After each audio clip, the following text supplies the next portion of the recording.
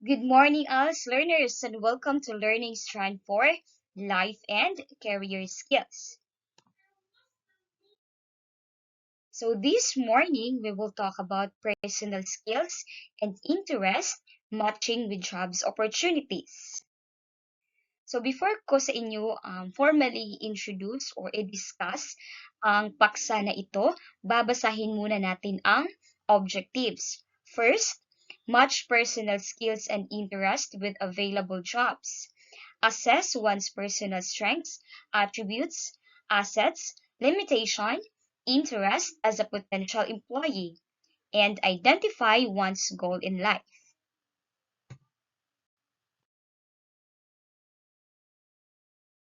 Okay, so before that, let's have first an activity. Okay, so let me read the instruction first. Each group shall be given an envelope and it contains a scrambled word. Second, in 5 minutes, the group will solve the word puzzle by arranging the words to get the meaning and paste it in a cartolina provided.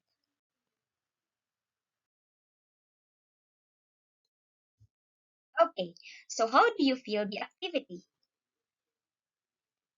Very good. Okay, so what are the bases of your answers in the questions provided? And do you already know your personal skills and interests?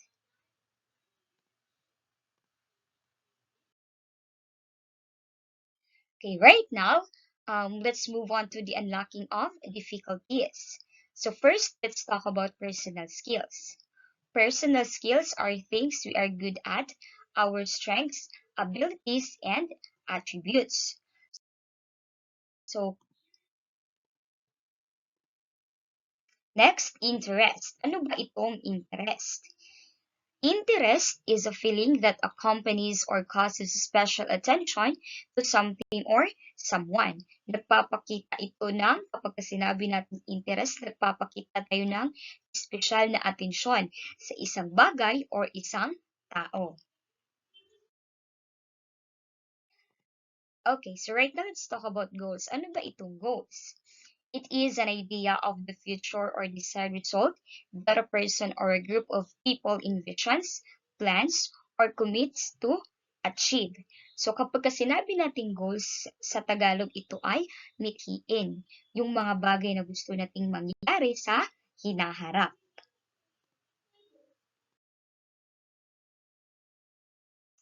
Okay, next, job.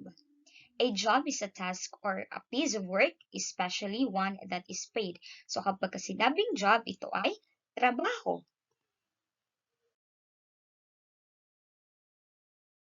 Okay. So ngayon, tatalakayin natin kung ano ang ibig sabihin ng soft skills. Soft skills, employers also want employees who fit in and get along well in the workplace. That requires soft skills. These are so valuable that soft skills are often the reason employers decide whether to keep or promote an employee.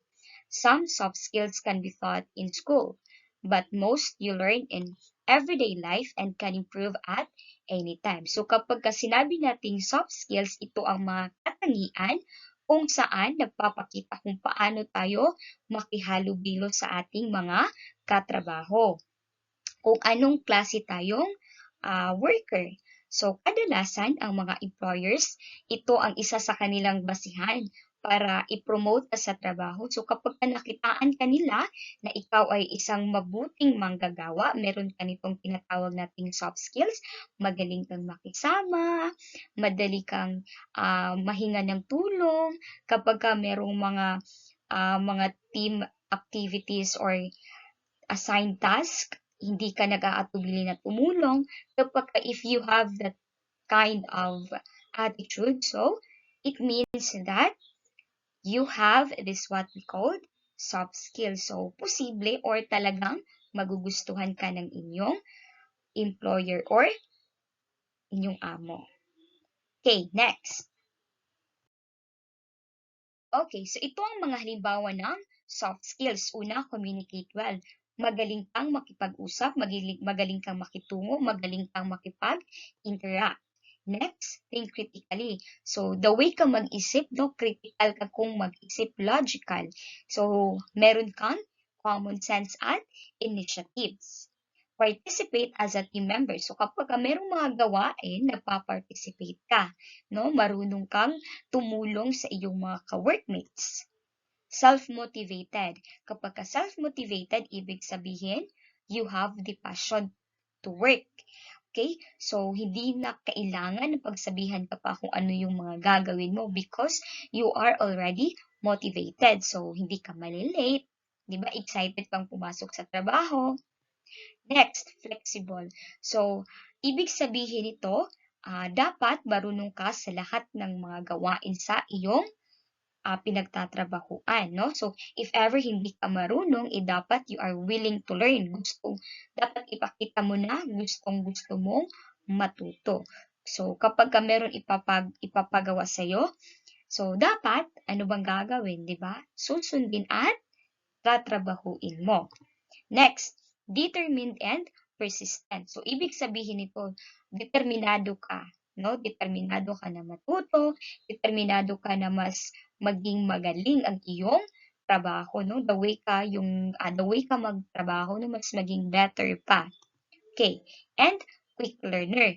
So, if you're a quick learner, madali kang matuto kapag ka merong tinuro sa'yo, natutunan mo agad. So, that is an example of a soft skills. At, of course, on time. Dapat hindi ka malilate. Okay.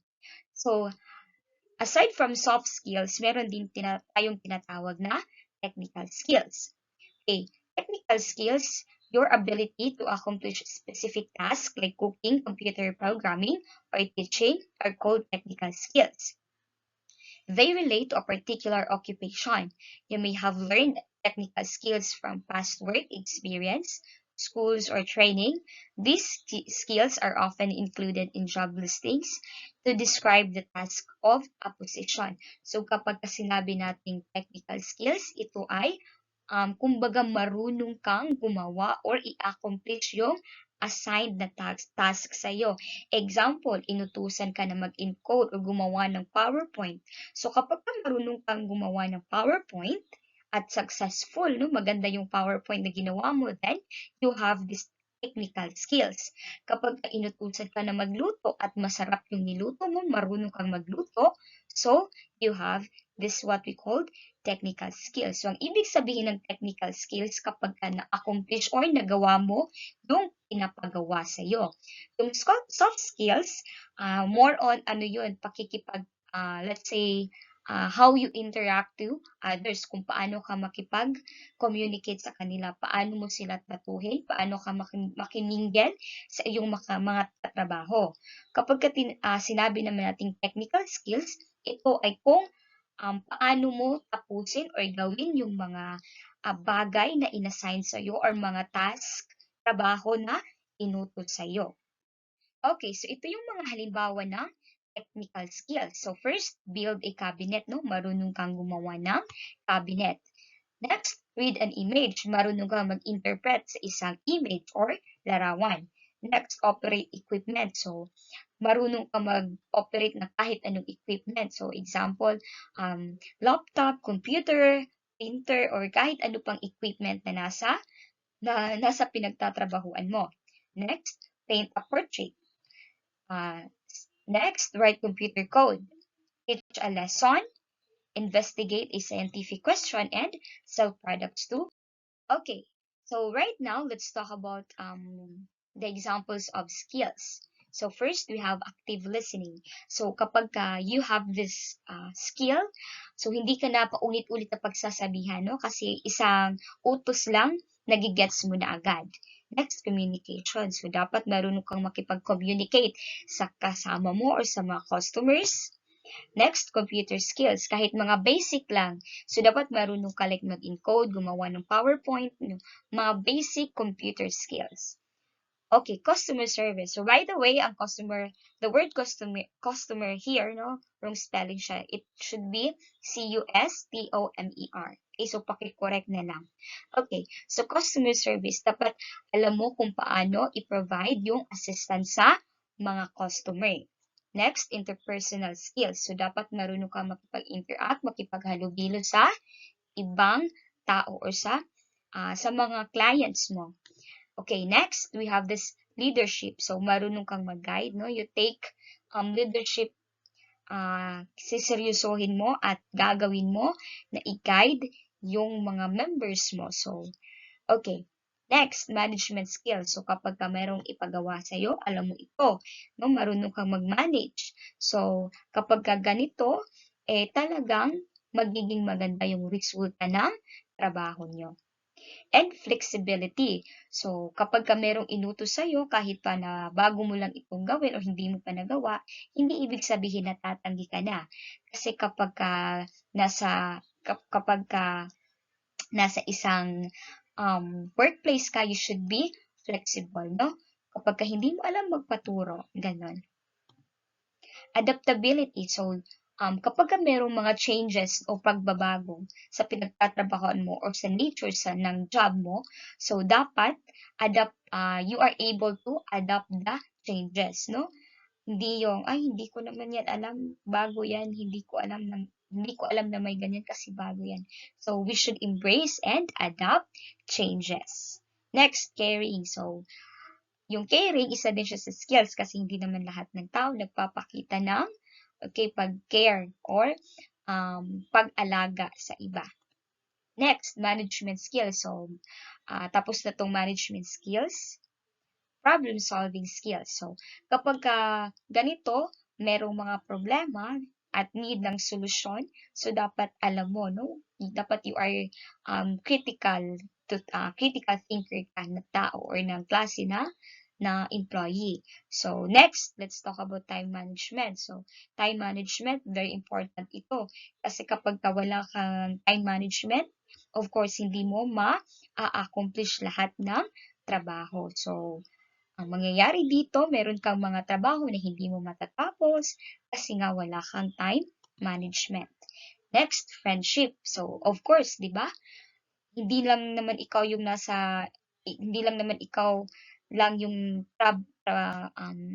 employee sa isang workplace. Meron kang mga kasamahan.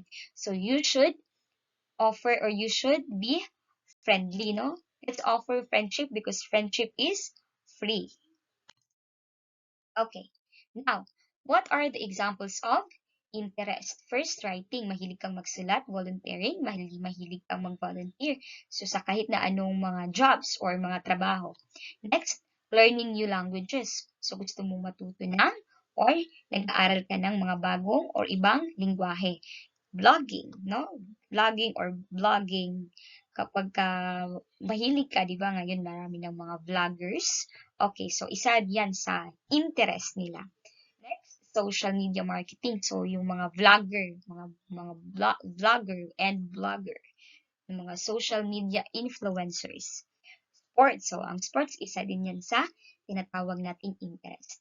Traveling, reading, painting. Okay, so those are the examples of interest. Next, examples of jobs. Okay, first, social worker, no?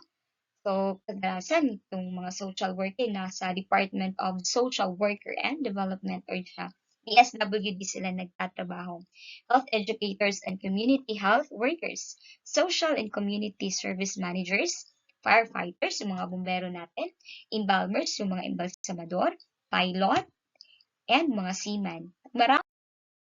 So, interest, skills, talents, abilities you have are your strengths in choosing a job. So, ano bang ibig sabihin nito? Okay. So, sa sarili mo pa lang, kapag alam mo na kung ano yung mga interest mo, ano yung talents mo, ano yung skills mo, yung abilities mo, so, kumbaga, magiging strength or kalakasan mo yan sa pagpili ng trabaho. Halimbawa, magaling kang makipag-usap. Halimbawa, hilig mo yung magturo, 'di ba? Nakikitaan mo ang sarili mo na gusto mo or hilig mo na magturo. So, because of that interest or let's say for example, na yung kagustuhan mo na magturo, so magiging strength mo yan at posibleng maging basihan mo yan sa pagpili mo ng trabaho. So, gusto mo magturo ng bata, kaya for sure kukunin mo ay yung teaching, di ba? Okay. Okay, having a clear understanding of your strength skills, sets, and how you'd like to use them in your work will allow you to choose majors, internships, and career fields that best utilize your strengths. Knowing your skills will also help you write resumes and prepare for interview.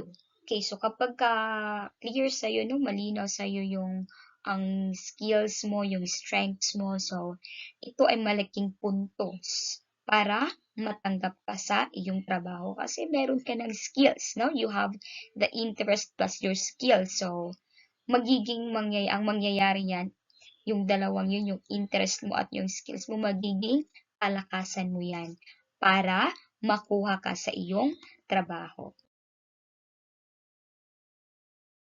Okay. So if you know what your knowledge, skills, and abilities are, you'll be able to develop a better career objective. It is important to uh, predefine your career objective so that you can focus your job search efforts. So, sabi ko kanina, kapag alam mo kung ano yung hilig mo, yung mga gusto mo, eh madali na lang sa'yo na pumili ng career, yung na klase ng trabaho. Okay, so right now, let's have an activity. Okay, so the learners will be divided into two groups, no? So, bibigyan ko kayo ng 5 minutes. Okay, let me read the instructions. In a given Manila paper, each member of the group must write their specific skills and interests. So, example, yung skills mo ay carving at yung interest mo ay furniture making. So, examples lang ito, wag nyo na itong kopyahin ha. Okay. Post it on the board, paste it on the board, then choose one representative to show your output. Okay, question. What are the factors to consider in choosing a job? So, ano ba yung mga factors na kailangan mong isipin or i-consider sa pagpili ng trabaho? Okay, very good. No, first, your interest and your skills. Kasi sabi ko nga, kapag alam mo yung interest at skills mo, madali na lang sa'yo na pumili ng trabaho. Okay, why is it important to consider your skills, interest in finding a job? Bakit ba mahalaga na i-consider natin yung skills natin at yung interest sa pagpili ng trabaho? Anyone? Okay, so tama, di ba? Kasi kapag i-consider mo, kapag um, binigyang halaga mo yung skills and interest mo, aside sa madali lang sa'yo na humanap or pumili ng trabaho, i-enjoy mo pa yung trabaho mo kasi nga, hilig mo na ito, no? Hilig mo to at meron ka pang skills dito. So, because of that, madali na lang sa'yo na gawin ang iyong trabaho.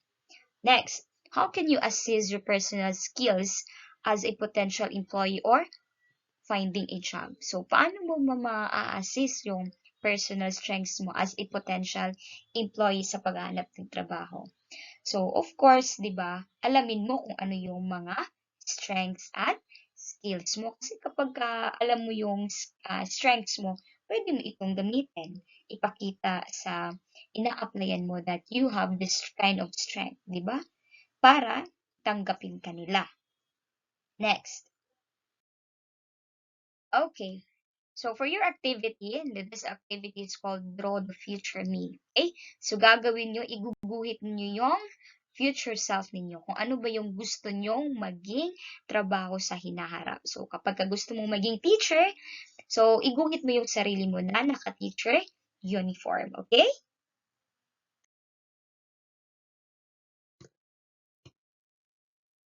Okay. So, what are the ways and means for you to obtain a job? Ano ba yung mga paraan, no, para makahanap ka ng trabaho?